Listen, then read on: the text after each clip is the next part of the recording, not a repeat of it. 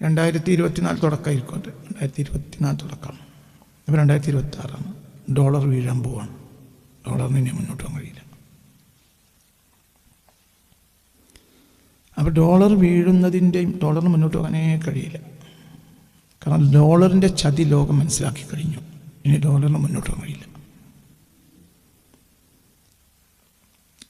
അതായത് ഒരു സാമ്പത്തികമായ ഒരു സ്ഥിരതയുടെ ഒരു സ്റ്റേബിളായൊരു സാമ്പത്തിക ഒരു കമ്മോഡിറ്റിയുടെ ബേസ്മെൻറ്റിൽ വന്നതല്ല ലോകത്തേക്ക് ഡോളർ. മനുഷ്യരെ പറ്റിക്കാൻ വേണ്ടി അമേരിക്ക അടിച്ചുവിടുന്ന കാര്യമാണ്. ലോകത്തെ ഏറ്റവും കൂടുതൽ ഒരു രാജ്യത്തിൻ്റെ സ്റ്റെബിലിറ്റി എന്ന് പറയുന്നത് ആ രാജ്യത്തിൻ്റെ കയറ്റുമതിയെ ആശ്രയിച്ചിരിക്കും.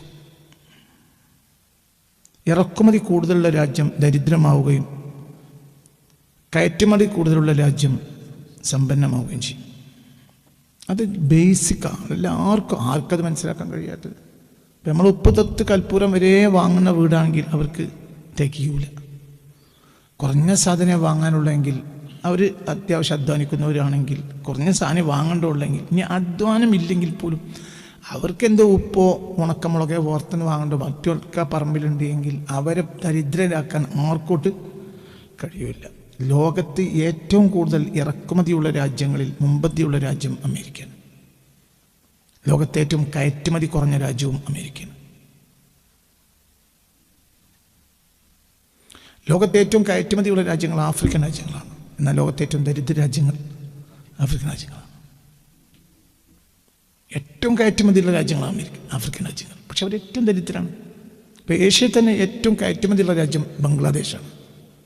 എന്നാൽ ഏറ്റവും ദരിദ്രമായ രാജ്യവും ബംഗ്ലാദേശാണ്.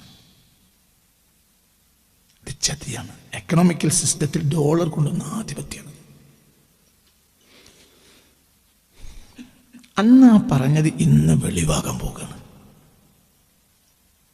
അതെന്താ അങ്ങനെ പറയാൻ കാരണം? അങ്ങനെ പഠനം പഠിച്ചു.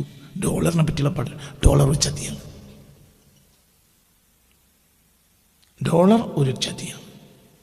ഡോളറിനേക്കാൾ ബേസ്മെൻറ്റുള്ള ഒരു കറൻസി സിസ്റ്റത്തിൽ ഢാക്ക ബംഗ്ലാദേശിൻ്റെ. പക്ഷെ അവർ ദരിദ്ര രാജ്യമാണ്. എന്ത് കാരണം? ഈ വൻകിട അമേരിക്ക പോലത്തെ രാജ്യങ്ങൾ രാജ്യങ്ങൾ ചതിക്കണം. അവർക്ക് ദാരിദ്ര്യത്തിൽ നിന്ന് കരകയറാൻ കഴിയില്ല.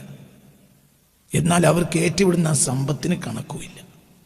ഒന്നും കയറ്റിവിടാത്ത രാജ്യമാണ് അമേരിക്ക. അവർ ഇറക്കുമതിയാണ് കൂടുതൽ. എന്നാൽ അവരുടെ സമ്പത്തിന് കൈ കണക്കുമില്ല. എന്തുകൊണ്ട്? അത് ഡോളറിൻ്റെ ആധിപത്യമാണ്. ഇതൊരു ചതിയാണ്.